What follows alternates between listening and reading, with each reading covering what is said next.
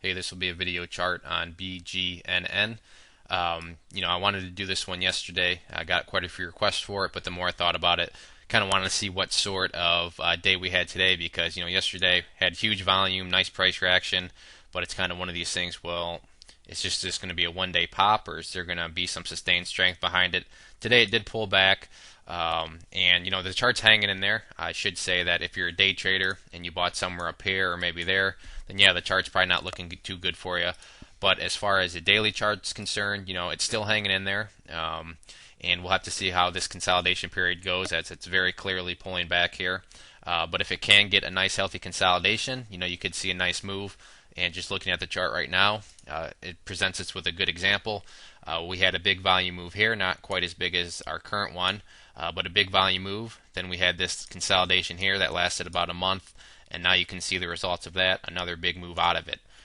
So that's kind of where we've entered again. We need to see what sort of consolidation we're going to go through. If the bulls can hang on to key areas of support and so forth, then no worries. It could produce another nice move.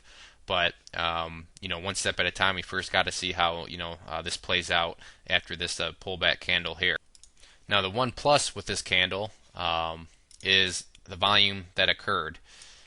Had this been a big, huge volume day where we're up over 100 million shares again, or worse yet, even more volume than yesterday's, that would have been a pretty big red flag. But as of right now, this pullback did occur on lower volume, so that's fine. It was just simply profit takers and so forth.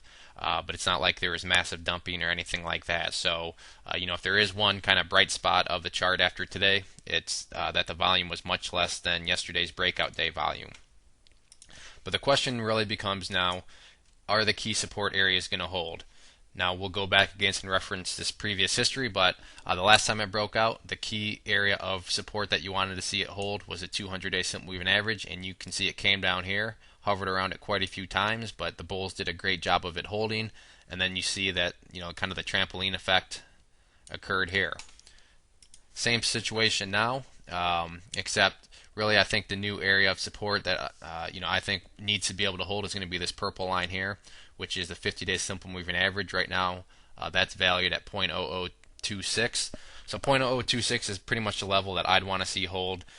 Sure, it's not that far above the 200-day.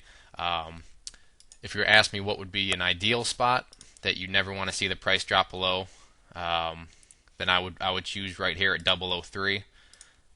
But if it does fail there, you still do have hope because you have your moving averages down here underneath you. So I guess kind of the must-hold level would be the 50-day simple moving average.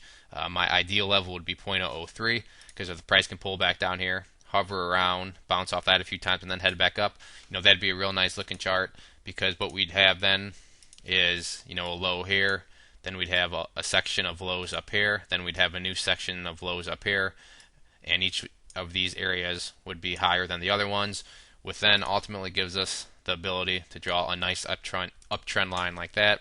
And assuming you're long, then the name of the game is uptrends because that's where the money is made. So that is where we stand right now as far as resistances go. The key one on any sort of bounce back up is going to be this area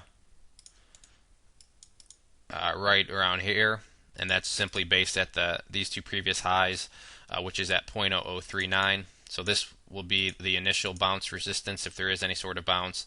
And then after that, I'm sure I'll be back to update the chart if we do start to see some life out of this again. So for the time being, keep your eye on that volume. Make sure that if the price does start to pull back or go sideways, that volume stays relatively weak. We don't want to see any sort of volume increases as a price goes down or anything like that. If there are any other questions on the chart, please let me know. If not, I'd encourage you to check out bullwarriorstocks.com. If you go there and sign up for the free newsletter, you'll be sent a free ebook, and with your newsletter subscription, you'll get chart setups, trade ideas, educational pieces, all sorts of things from penny stocks up to big boards. So there's a good variety, something for everybody. It's all free, and we've been making some good money together with our trade alerts and so forth. So I'd encourage you to head to the website, sign up, and see what it's all about. One more time, this was BGNN. Thanks for listening.